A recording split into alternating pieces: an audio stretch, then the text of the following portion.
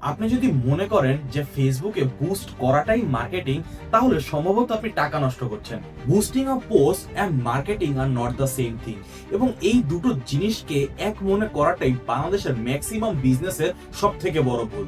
Boosting করা মানে শুধু আপনার কন্টেন্টটাকে বেশি মানুষের কাছে পৌঁছে দেওয়া, এতটুকুই। কিন্তু সেই কন্টেন্টে যদি রাইট মেসেজ না থাকে, সেই মেসেজ যদি রাইট পার্সনের কাছে না যায়, যে অফারটা আপনি দিচ্ছেন সেটা যদি কম্পেলিং না হয়, তাহলে বেশি মানুষের কাছে পৌঁছানো মানে বেশি মানুষ সেটাকে ইগনোর করবে। মার্কেটিং হলো তিনটা জিনিস। এক, আপনার কাস্টমারকে বোঝা, তাদের সমস্যাগুলোকে আইডেন্টিফাই করা। দুই, তাদের সমস্যার বেসিসে অফার তৈরি করা। এবং তিন, যে অফারটা দেওয়া হয়েছে সেটা রাইট মেসেজের থ্রুতে কমিউনিকেট করা। বুস্ট করা হলো এই তিনটার পরের কাজ, অ্যামপ্লিফাই করার টুল। যদি আপনার এই তিনটা ঠিক না থাকে, তাহলে বুস্ট শুধুই আপনার বাজেটকে শেষ করবে।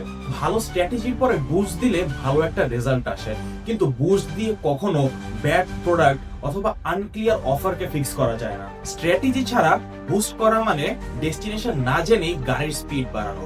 গাড়ি চলবে, কিন্তু কোথায় যাবেন জানেন না।